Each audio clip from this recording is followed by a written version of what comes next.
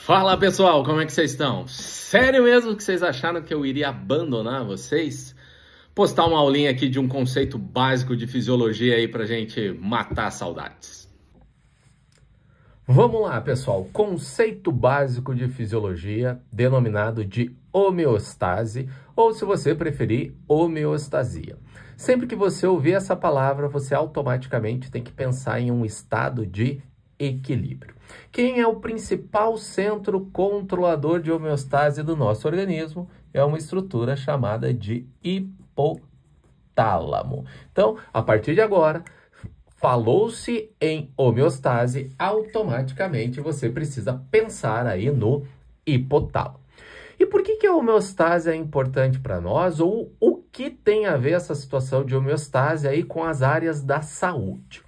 Um detalhe bastante importante, a homeostase sempre é avaliada numa condição de repouso. E que padrões a gente poderia levar em consideração em termos de homeostase? São padrões bem comuns do nosso dia a dia, como, por exemplo, a temperatura corporal. Eu vou usar aqui para vocês valores de referência que estão bem associados ao senso comum. Então, a temperatura corporal dentro de um contexto de normalidade do indivíduo, numa situação de repouso, espera-se que ele tenha lá uma temperatura por volta de 37 graus. Então, por exemplo, se essa temperatura corporal lá está em 38 graus, entende-se que esse indivíduo ali está numa condição de febre. Provavelmente está passando aí por um processo infeccioso. Se essa temperatura corporal está muito baixa, 37 graus, esse indivíduo pode estar lá num quadro de hipotermia, ou seja, ele saiu do estado de equilíbrio que se espera, que é a manutenção lá dos 37 graus. Vamos lá, outro padrão de homeostasia bem comum, pressão arterial. O que se espera em termos de pressão arterial? Que o indivíduo tem aquele lá popular 12/8, que na verdade é 120 milímetros de mercúrio por 80 milímetros de mercúrio. E aí a gente pode ver variações significativas. Por exemplo, numa condição de repouso, o indivíduo está apresentando uma pressão arterial de 160 por 100 milímetros de mercúrio. Precisa se investigar o que está acontecendo, mas nesse caso aqui o indivíduo apresenta valores relacionados à hipertensão. Então, volto a repetir, o que está acontecendo com esse paciente precisa ser investigado, assim como se ele apresentar lá uma pressão de 90 por 60 milímetros de mercúrio, nós temos uma condição de hipotensão. O que se espera como padrão de normalidade, ou seja, em padrão de homeostasia, é que esteja lá na ordem de 120 por 80 milímetros de mercúrio. Vamos lá, mais um padrão clássico aí associado à frequência cardíaca. Qual é a frequência cardíaca esperada em repouso de um indivíduo? Eu vou colocar aqui um valor fechado só para a gente fazer uma análise do que está acontecendo. Vamos colocar aqui, ó, número 72 batimentos por minuto. Se, por exemplo, condição de repouso, um indivíduo apresenta uma frequência cardíaca ali acima de 100 batimentos por minuto, nós temos uma condição de taquicardia. Se ele apresenta ali frequência abaixo de 40 batimentos por minuto, nós temos uma condição aí denominada de bradicardia. E aí precisa se analisar o que está acontecendo com esse indivíduo. O mesmo vai para outros padrões, como, por exemplo, a observação da saturação desse indivíduo. O que se espera que em termos de saturação ele esteja saturando 95% para cima. Se ele estiver saturando menos de 95%, precisa se investigar o que está acontecendo. E nós teríamos outros parâmetros nessa situação, como por exemplo, frequência respiratória, glicemia e assim por diante. Então, Perceba que o conceito de homeostasia, ele está atrelado ao fato de se entender o quanto o indivíduo está numa condição de equilíbrio ou não. E aí a grande pergunta seria o seguinte: sair da homeostasia é algo bom ou ruim? E, na verdade, o que eu vou dizer para vocês é: não existe problema nenhum sair do estado de homeostasia. O grande problema é não retornar a esse estado de homeostasia. Então, pense comigo. Quando, por exemplo, nós pegamos um indivíduo que ele vai fazer exercícios físicos.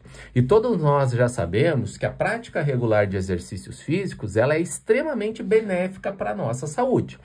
E quando um indivíduo pratica exercício físico, o que vai acontecer? Aumento de pressão arterial, aumento de frequência cardíaca, aumento da temperatura corporal, aumento da circulação de alguns hormônios e assim por diante. Ou seja, esse indivíduo, ele não está dentro daquela condição de homeostasia quando ele está fazendo ou praticando exercício físico. Porém, a partir do momento que ele entre numa condição de repouso, o que acontece? Ele deve retornar todos esses padrões para os valores homeostáticos. Vamos pensar um pouco mais. Quando uma pessoa está apaixonada, está amando, olha só que beleza. E essa pessoa vê o ser amado. O que acontece? Aumento da frequência cardíaca, aumento da liberação de hormônios como adrenalina, certo? Aumento da liberação de dopamina, entre outros vários hormônios, borboletinhas no estômago, aquele brilho nos olhos, e tudo isso é altamente benéfico. Isso faz muito bem para a saúde. Mas, depois dessa emoção toda, o que acontece? Precisamos voltar para a condição de homeostasia. Então, sair do estado homeostático não é um problema. O grande problema é não retornar ao estado de homeostasia. E frente a essa situação, o que nós precisamos pensar? Quando um indivíduo sai do estado de homeostasia, mas esse indivíduo retorna a esse estado de homeostasia, nós temos uma condição de saúde. O problema é quando o indivíduo sai da condição de homeostasia e não retorna a este padrão de homeostasia. Aí sim nós temos uma condição de doença. Dentro desse cenário, quando um paciente é tratado, seja qual for a condição dele, boa parte do tratamento visa devolver este paciente para o estado de homeostasia. E a partir do momento que ele se encontra em homeostasia, ele está ok. Obviamente que nós temos alguns pacientes que eles nunca mais retornarão à situação de homeostasia. Por exemplo, o indivíduo que tem um acidente vascular cerebral, um AVC. Dependendo da extensão desse AVC, ele vai ter sequelas motoras, ou de fala, ou enfim, qualquer outra situação que elas podem ser irreversíveis. Nunca mais ele vai conseguir voltar a essa situação de homeostasia. Mas isso não quer dizer que a gente não possa melhorar esse paciente especificamente. Como eu mencionei para vocês, sair do estado de homeostasia não é um problema. O problema é não retornar. E para que retornemos ao estado de homeostasia, nós temos mecanismos fisiológicos de controle. Esses mecanismos são chamados de feedback ou retroalimentação. Dentro desse cenário do feedback, nós teremos o feedback negativo e nós temos o feedback positivo. De antemão, eu te falo que a maior parte dos feedbacks, o mais comum, é o feedback negativo. De um jeito bem simples para a gente entender o que significa aí o feedback negativo. Para que a gente consiga entender com clareza, eu vou usar aqui como exemplo a pressão arterial. O que a gente espera em termos de padrão de normalidade de pressão arterial? Que ela seja na ordem lá de 120 por 80 milímetros de mercúrio.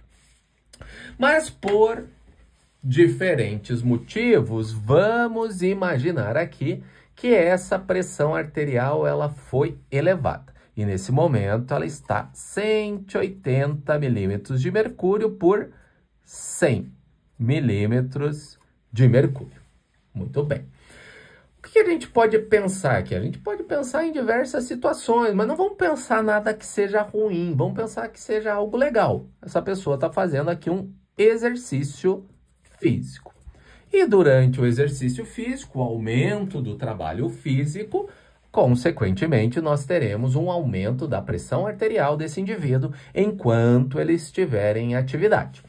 Mas o que a gente tem que pensar aqui, pessoal? Se nós tivermos aqui, por conta do exercício físico, um aumento da pressão arterial, o que se espera como resposta fisiológica para esse indivíduo quando ele parar o exercício físico, quando acabar o exercício físico? O que se espera é que a pressão arterial dele retorne ao padrão de normalidade, ou seja, retorne aos 120 por 80. Então, o fato da pressão arterial dele estar elevada, o que se espera em termos de resposta fisiológica é que se tenha uma diminuição da pressão arterial, retornando aos padrões de normalidade.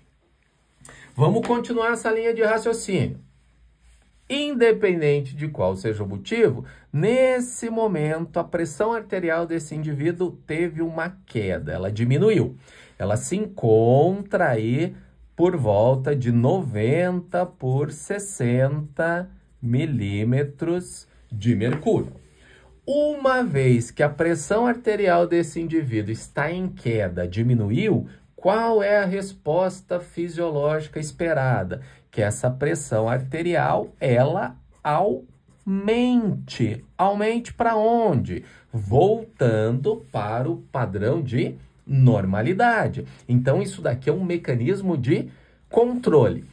Perceba o seguinte, esse fato é extremamente importante. Quando a pressão arterial ela se eleva, a resposta fisiológica esperada é que a pressão arterial ela diminua. Quando a pressão arterial diminui, a resposta fisiológica que se espera é que ela aumente. Então, perceba o seguinte, se aumentou, espera-se como resposta que ela diminua. Essas respostas, elas são antagônicas, elas são em sentidos opostos. Assim como se ela diminuiu, o que se espera é que ela aumente, ou seja, respostas em sentidos opostos, em sentidos antagônicos. Isto significa que nós temos uma condição de feedback negativo. Sempre que as respostas fisiológicas forem em sentidos opostos, se está alto, precisa diminuir. Se está baixo, precisa aumentar, significa dizer que nós temos um feedback negativo.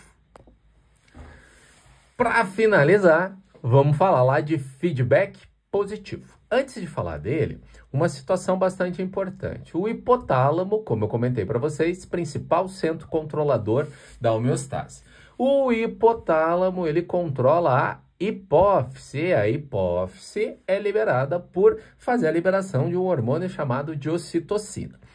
A ocitocina no útero gravídico, ela promove as contrações uterinas. Então, quando uma mulher entra numa condição de trabalho de parto, isto ocorre pelo aumento da liberação de ocitocina. E aqui nós vamos ter uma situação bastante interessante, porque isso é um exemplo clássico de feedback positivo. Então, quando a gente tem o aumento da liberação de ocitocina. Isso faz com que as contrações uterinas, elas se iniciem. O fato das contrações uterinas iniciarem, este evento gera uma sinalização para o hipotálamo. Então, preste atenção. O fato de se ter a liberação da ocitocina faz com que o útero contraia e isso sinaliza para o hipotálamo. O hipotálamo sinaliza para a hipófise promove maior aumento de ocitocina. Mais ocitocina sendo liberada, mais contrações uterinas. O fato desse útero contrair, ele faz com que mais seja sinalizado aí para o hipotálamo. Quanto mais o hipotálamo entende que o útero está contraindo, mais ele sinaliza para a hipófise que promove o aumento aí na liberação de ocitocina, consequentemente maiores contrações uterinas. Então perceba que as respostas aqui elas são amplificadas, elas estão indo no mesmo sentido. Sempre que as respostas forem amplificadas, que as respostas forem no mesmo sentido, nós temos uma condição de feedback positivo. E aí o ponto é, então, quando que acaba esse feedback positivo? Quando esse evento, ele acontecer por completo, ou seja, as contrações uterinas fizerem com que se tenha aí a finalização do processo gestacional, ou seja, faça a expulsão aí do feto, consequentemente o nascimento dessa criança. Aí quando a criança nascer, esses eventos, eles estão finalizados. Galera, espero que vocês tenham gostado. Aí eu e meu ajudante aqui fizemos esse vídeo sobre esse conceito básico de homeostasia. Tamo junto, orelhudo.